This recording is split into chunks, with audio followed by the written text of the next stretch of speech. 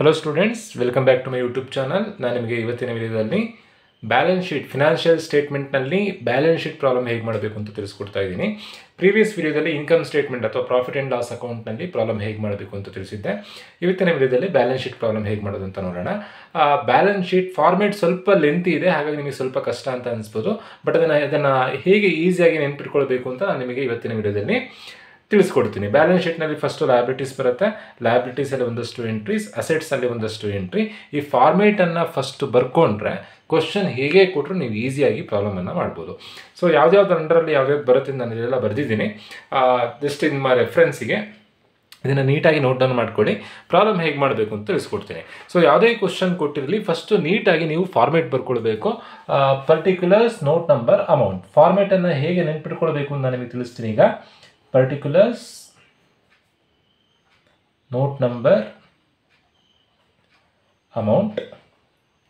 Balance sheet ನೋಡಿ, vertical format ಅಂದರೆ ಉದ್ದ ಬರೀಬೇಕು, ಅಡ್ಡ ಬರೆಯೋದಲ್ಲ. ಮುಂಚೆ ಹೇಗಿತ್ತು ಅಂತಂದರೆ ನೀವು PUC ಎಲ್ಲ ಬರೀಬೇಕಾದ್ರೆ ಅಸೆಟ್ಸನ್ನು ರೈಟ್ ಸೈಡ್ನಲ್ಲಿ, ಲಯಬಿಲಿಟೀಸನ್ನು ಲೆಫ್ಟ್ ಸೈಡಲ್ಲಿ ಬರೀತಾ ಇದ್ರಿ. ಬಟ್ ಈಗ ಹಾಗಲ್ಲ, ಕಂಟಿನ್ಯೂಯೇಷನ್ ಪಾರ್ಟ್. ಫಸ್ಟು ಲಯಬಿಲಿಟೀಸ್ ಬರ್ಕೊಳ್ಬೇಕು. ಲಯಬಿಲಿಟೀಸ್ನಲ್ಲಿ 4 ಹೆಡ್ ಬರುತ್ತೆ. ಆ 4 ಹೆಡ್ಡನ್ನು ನಾನಿಲ್ಲಿ ಬರ್ಕೊಳ್ತಾ ಇದ್ದೀನಿ. First S, next second one ಕೂಡ S, next third one N, fourth one C. ಹೀಗೆ ನೆನ್ಪಿಟ್ಕೊಳ್ಳಿ, ಎಸ್ ಎಸ್ ಎನ್ ಸಿ ಬರುವಂಥದ್ದು ಟೋಟಲ್ ಲಯಬಿಲಿಟೀಸ್. ನೀವು ಹೀಗೆ ಕೋಡ್ ವರ್ಡ್ ನೆನ್ಪಿಟ್ಕೊಂಡ್ರೆ ಈಸಿಯಾಗಿ ಪ್ರಾಬ್ಲಮ್ ಮಾಡ್ಬೋದು. S S N C. ಅಸೆಟ್ಸ್ನಲ್ಲೂ ಅದೇ ಥರನೇ. ಅಸೆಟ್ಸ್ನಲ್ಲಿ 2 ಹೆಡ್ ಬರುವಂಥದ್ದು. ಅಸೆಟ್ಸ್ನಲ್ಲಿ ಯಾವುದು ಅಂತಂದರೆ first one N, next one C. S S N C N C total ಆಗಿ ಒಟ್ಟು 6 ಹೆಡ್ ಇರಬೇಕು. ಲಯಬಿಲಿಟೀಸ್ನಲ್ಲಿ 4, ಅಸೆಟ್ಸ್ನಲ್ಲಿ 2. ಇವೆಲ್ಲದರದ ಫುಲ್ ಫಾರ್ಮ್ ಬರ್ಕೊಳ್ತಾ ಇದ್ದೀನಿ ನಾನೀಗ. S for shareholder fund, underline ಮಾಡ್ಕೊಳ್ತಾ ಇದ್ದೀನಿ. Next one S for share application money pending allotment.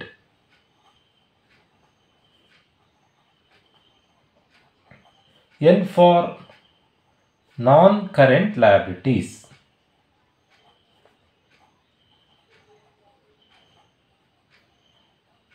Next C for current liabilities. ಅಲ್ಲಿಗೆ ಲಯಬಿಲಿಟೀಸ್ನ ಎಲ್ಲ ಹೆಡ್ಗಳು ಮುಗೀತು. ಅದರ ಅಂಡರಲ್ಲಿ ಸಬ್ ಹೆಡ್ ಕೂಡ ಇದ್ದಾವೆ, ಅದು ಹೇಗೆ ಅಂತ ಮತ್ತೆ ಹೇಳ್ತೀನಿ.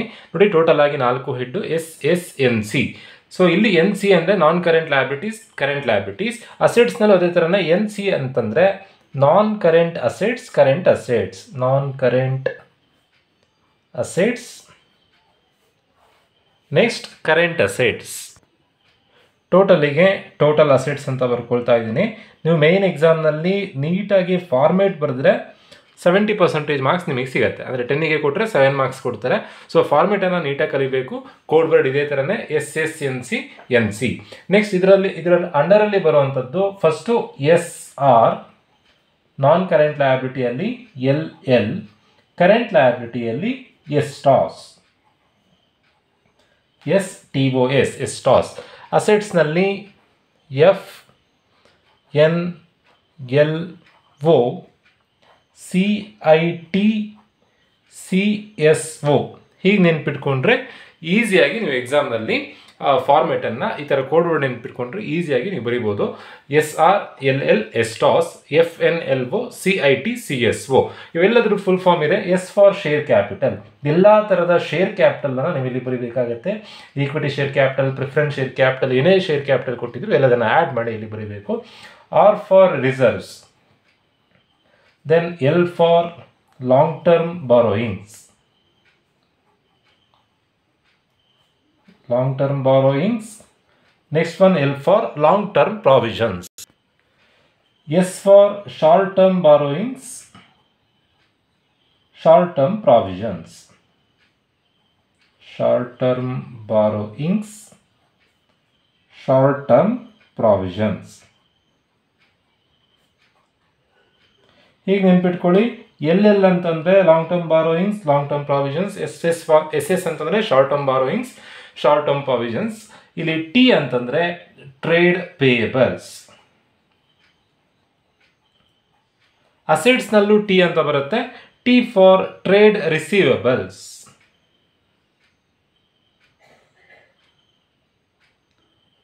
ಓ ಫಾರ್ ಅದರ್ ಕರೆಂಟ್ ಲಯಬಿಲಿಟೀಸ್. ಅದರ ಹೆಡ್ಡಿಂಗ್ ಏನಿದೆ, ಕರೆಂಟ್ ಲಯಬಿಲಿಟೀಸ್ ಇದೆ.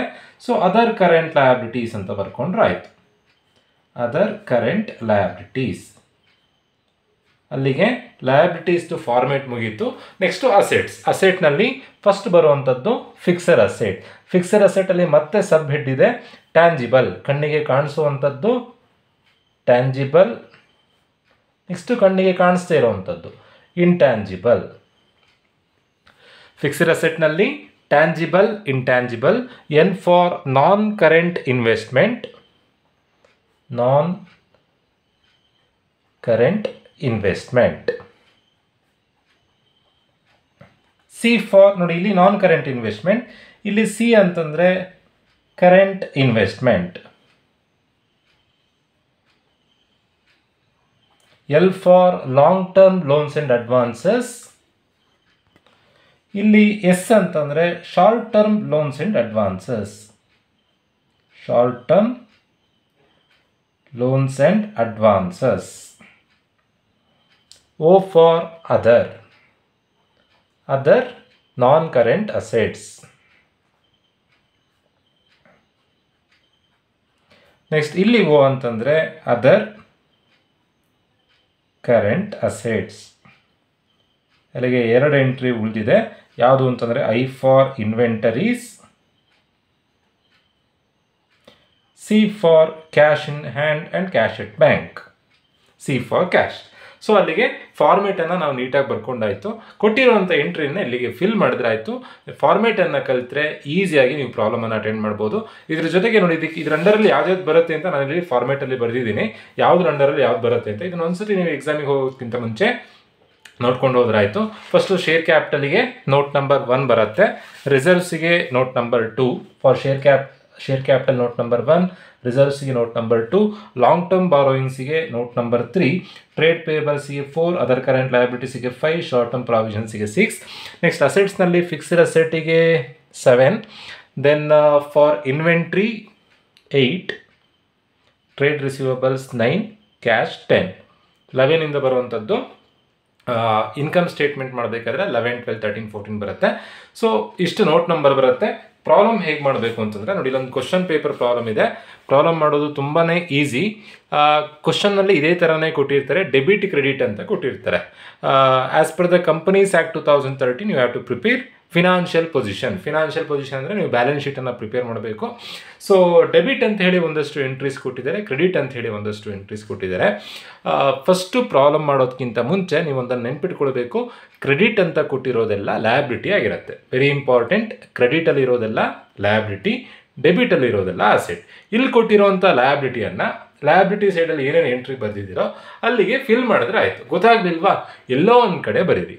ಟೋಟಲ್ ಆಗಿ ಯಾವುದನ್ನು ಬಿಡಲಿಕ್ಕಿಲ್ಲ. ನಿಮ್ಮ ಟ್ಯಾಲಿ ಎಷ್ಟು ಬರಬೇಕು ಅಂತಂದರೆ, ನಿಮ್ಮ ಟ್ಯಾಲಿ ಕ್ವಶನಲ್ಲಿ ಕೊಟ್ಟಿರೋ ಅಷ್ಟೇ ಟ್ಯಾಲಿ ಬರಬೇಕು. ಪಿ ಆ್ಯಂಡ್ ಎಲ್ ಅಕೌಂಟ್ ಎಲ್ಲಿ ಕೊಟ್ಟಿದ್ದಾರೆ ಅನ್ನೋದು ವೆರಿ ಇಂಪಾರ್ಟೆಂಟ್ ಆಗುತ್ತೆ.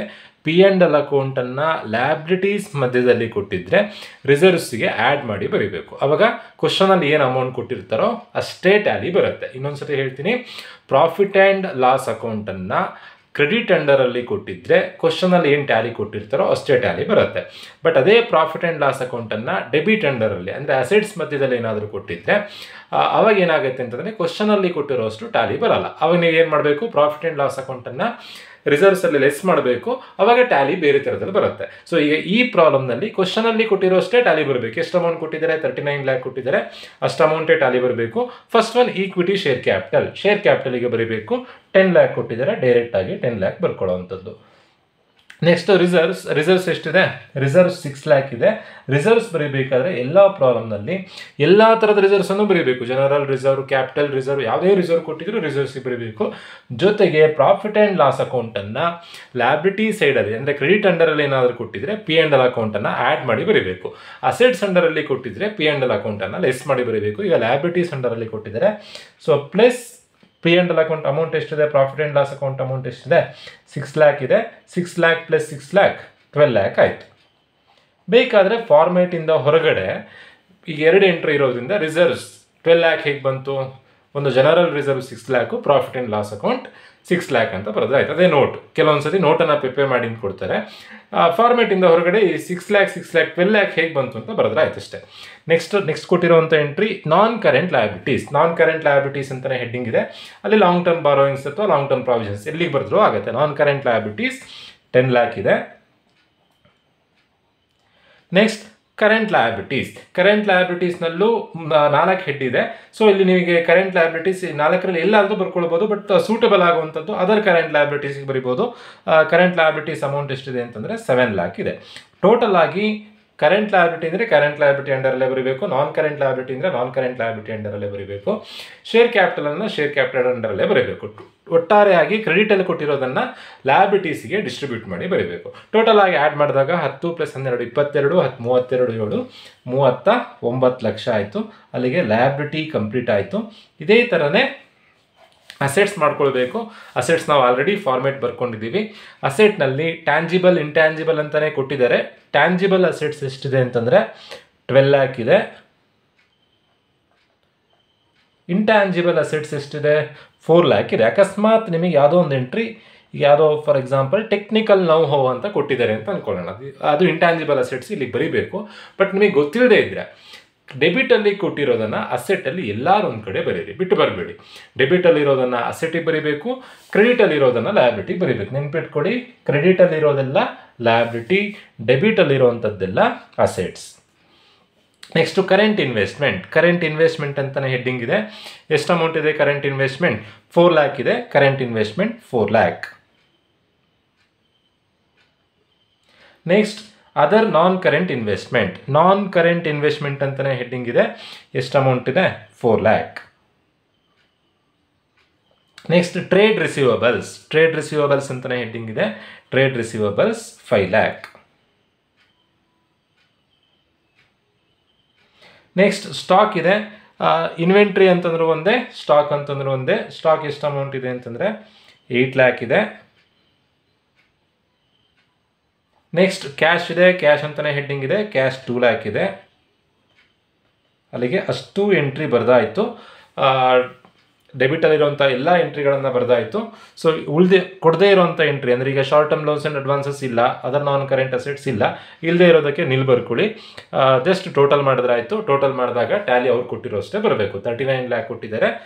ಇವಿಷ್ಟನ್ನು ಆ್ಯಡ್ ಮಾಡಿದಾಗ 12 4 16 4 20 24 8 32 5 37 2 39 ಅಷ್ಟೇ ಆನ್ಸರೇ ಬರುತ್ತೆ. Very easy problem. 39 lac. Balance sheet ಅಂದರೆ ಬ್ಯಾಲೆನ್ಸ್ ಆಗಬೇಕು, ಟ್ಯಾಲಿ ಆಗಬೇಕು. ಲಯಬಿಲಿಟೀಸ್ ಎಲ್ಲ ಇರೋ ಅಷ್ಟೇ ಅಮೌಂಟು ಅಸೆಟ್ಸಲ್ಲೂ ಬರಬೇಕು. ಇದರಲ್ಲಿ ಇನ್ನೇನು ಟ್ವಿಸ್ಟ್ ಕೊಡ್ತಾರೆ ಅಂತಂದರೆ, ಈ ಪ್ರಾಫಿಟ್ ಆ್ಯಂಡ್ ಲಾಸ್ ಅಕೌಂಟನ್ನು 6 ಲಕ್ಷ ಇಲ್ಲಿ ಕೊಡೋ ಬದಲು ಡೆಬಿಟಲ್ಲಿ ಕೊಟ್ಟರೆ, ಅಸೆಟ್ಸಲ್ಲಿ ಕೊಟ್ಟರೆ ನೀವು ಏನು ಮಾಡಬೇಕು ಅಂತಂದರೆ, ಈಗ ರಿಸರ್ವ್ಸಿಗೆ 6 ಲಕ್ಷ ರೂಪಾಯಿ ಆ್ಯಡ್ ಮಾಡಿದ್ರಿ, ಡೆಬಿಟ್ ಅಂಡರಲ್ಲಿ ಏನಾದರೂ ಕೊಟ್ಟರೆ 6 ಲಕ್ಷ ರೂಪಾಯಿ ಕಳಿಬೇಕು. ಆ್ಯಡ್ ಮಾಡೋ ಬದಲು ಲೆಸ್ ಮಾಡಬೇಕು.